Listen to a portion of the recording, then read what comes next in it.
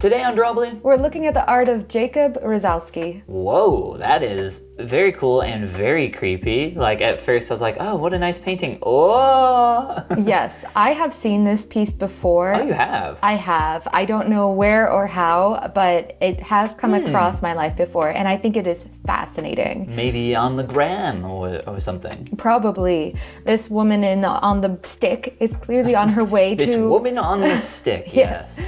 She's on her way to the witch's Sabbath, which is a very, very occult sort of thing. You sound like, the lead for a band, and we got the witch on the sticks in the back. Yeah.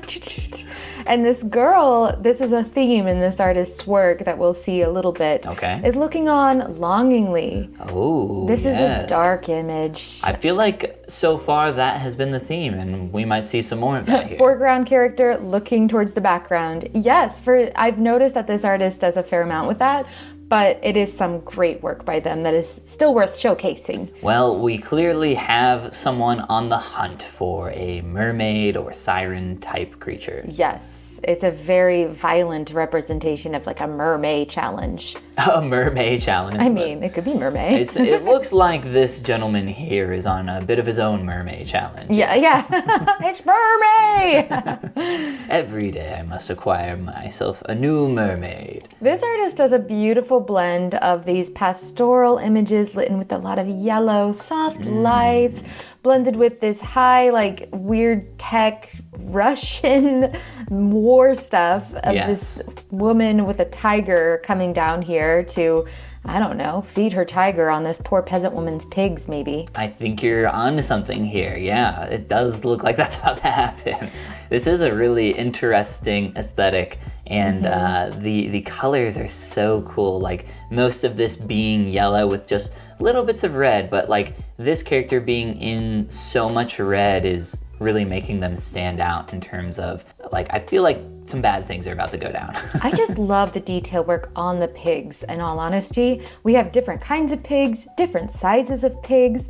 One of my family members keeps pigs, and I'm very fond of them. Yes, I think they're yes. darling animals, so I'm very happy to see them like focused on here. Yeah, pigs are supposed to be pretty intelligent, aren't they? Like maybe even more so than dogs or something? It could be. Could be. This is from a series that the artist did about like these gnomes who are living amongst predators that are cats, or in this case, a great gray shrike. Yeah, so do you think that this gnome, like why are all these lizards and potentially frogs on spears here? Like, did this gnome do that, or did this bird do that? This bird did that. This is a great gray shrike, and it's a real bird found in real life. Who does this? Who does this? That is awful. They're called butcher birds, and they tend to impale their prey on spikes. That's so crazy. As their little larder. They don't have talons, so they have a little notch in their beak. They break the spine and impale for their little larder. Wow. Well, we have larder. Is that like their babies or something? Larder is like a storage place, like a food larder. Okay. Yeah. Well, we do see one of the little gnomes here. Oh, yes, it's very sad. Not a great spot. So I love the idea of this gnome who's like coming to avenge their fallen brethren. Yes, there's a whole story, paragraphs even posted with this image. Nice. And the others in this series about like the horror of it all. We'll check it out down below at the link. Fulfilling our cat duty while also having more witches on more sticks. Yes. Here we have a girl who clearly longs to join the Witch's Sabbath, and her babushka, her grandmother, or whatever, is like, no girl, you are not flying off with those witches. She has her own black cat and everything. Yeah, her so own cool. little familiar. The cat's face is a little derpy, but it's still fine. I love it. I do too.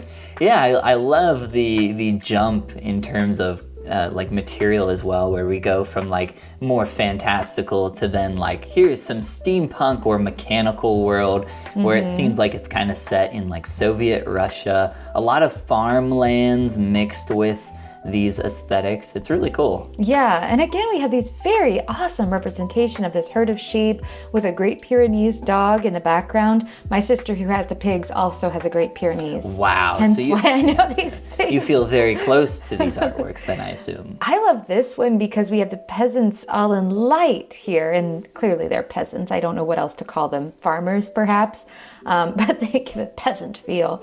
And this beautiful golden light, and then back here in the shadow, we have these very scary sort of like floating ships that are part of the work, maybe, but... Yeah, I think so. I think maybe this robot here is a part of the work, but the other ones appear like they're just passing through. And that's kind of the vibe I get from a lot of these, is it's showing the rural lifestyle of all these people in this world. And then like, here are these great mechanical beasts going off to battle, and they're marching through the land on their journey to get there. It really shows to me the artist's interest, because these pieces would stand alone beautifully even without these big mech backgrounds.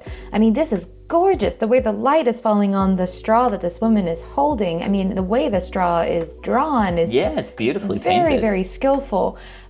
And I looked at a lot more of this artist's work than what we're looking at today. They just love this theme of the pastoral combined with these massive mechs. Yeah, it's such a cool aesthetic and such a cool idea in general.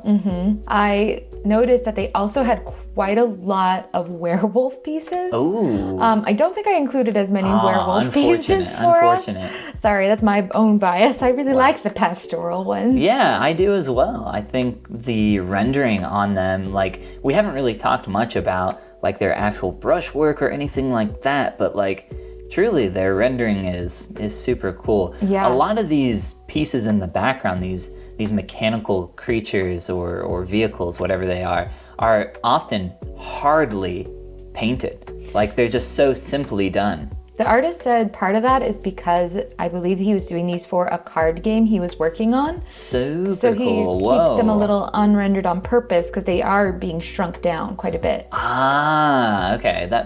I think that they still read super well.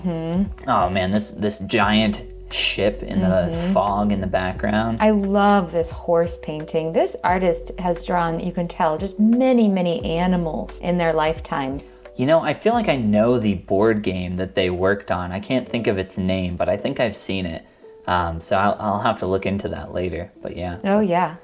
This is very different from what we've looked at. Yeah, this is a little bit more towards their werewolf preference. The being in the back, the Minotaur, I mean, this is based on their own retelling of the classic tale. You know, she's got the string leading through the Is it Perseus versus the Minotaur? Or I'm sure many fought the Minotaur in their Greco times. It's true. Somebody's in There's there. always a Minotaur. It's in the comment on the image in their art station. Go check that out. Yeah, I really like, again though, the painting of the Minotaur is one, very unique in terms of design, like almost an abominable snowman type of creature. But two, the amount of rendering going into that is just like, yeah, sure, like, we get it. Right, we can see exactly what's happening, but it's not like finely detailed. This is the background. It's okay for it to be a little bit grayed out. Ooh, okay. These are creepy. This is from a cover they did for something related to Conan the Barbarian. Looks like it, yeah. Yeah. Conan the Barbarian, very classic character, always saving some beautiful damsel in distress that's very scantily clad. I know. Very, very typical for Conan. Yes, I think this was professional work, if I recall, done for a specific client or large client, so. Yeah, I really love all the accessories on every character. Like, Conan is like the least clad in accessories here. Well, not the least, I should say. But like, compared to these creatures, they have all these skulls and bones and necklaces, glowing objects, spines, glowing eyes. There's just so much detail going on there. They're truly monstrous. They're very scary. Yeah. I thought this one was cool. It was, the theme and title of it had to do with like, don't go hunting in this part of the woods. Because this woman is not a nice woman, just happens to be out without her clothes. Look at her hand. Ooh, yes. Yes. super creepy. So. And I love how tall this horse and dog are in the back. But yeah, this is actually really different, I feel like, in terms of style from what we've seen before. Or maybe just the value range is so striking. Yeah, it's a very cool piece. I can almost imagine that it's actually raining quite a bit. Yeah, on it this feels day. very wet. I was actually just going to say that as well. The way they've painted all this specularity on the leaves. Like and you the can branches. almost feel the drops currently bouncing off of all the leaves and skin. It's probably a little wet and miserable, really, to be there right in that moment. I think it's about to be very miserable for this gentleman here. And his horse returned without him.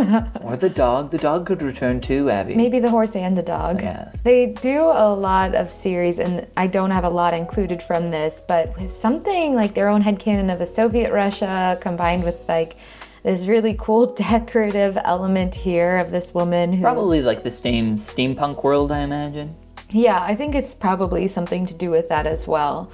But I thought this one was a pretty cool interpretation. And I really like the way they've rendered this faded paint on this doorway behind her. Yeah, me too. I think that's actually really worth taking a second to appreciate. Because that's not easy to do, you know? At least not easy for us. We took that material rendering class and found out that stuff is hard. Yeah, I think so many aspects of art is difficult. And what's so cool about looking at these artists is that there's so many little things that we can pick up and point to and pull from for our own work as well. It's true.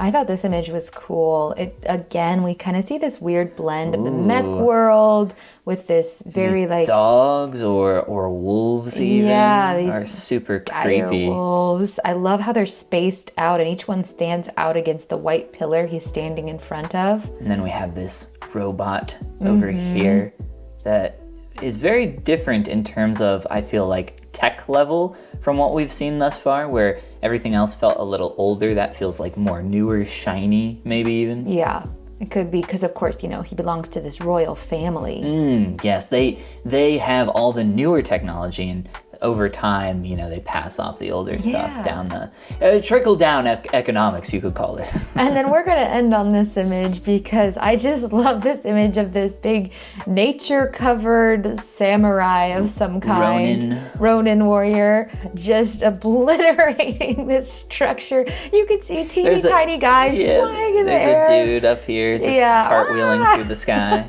Poor guy. Wow. Oh, no. And if you would like to cartwheel through the sky, click that subscribe button down below. And this is the part where we say Goomba.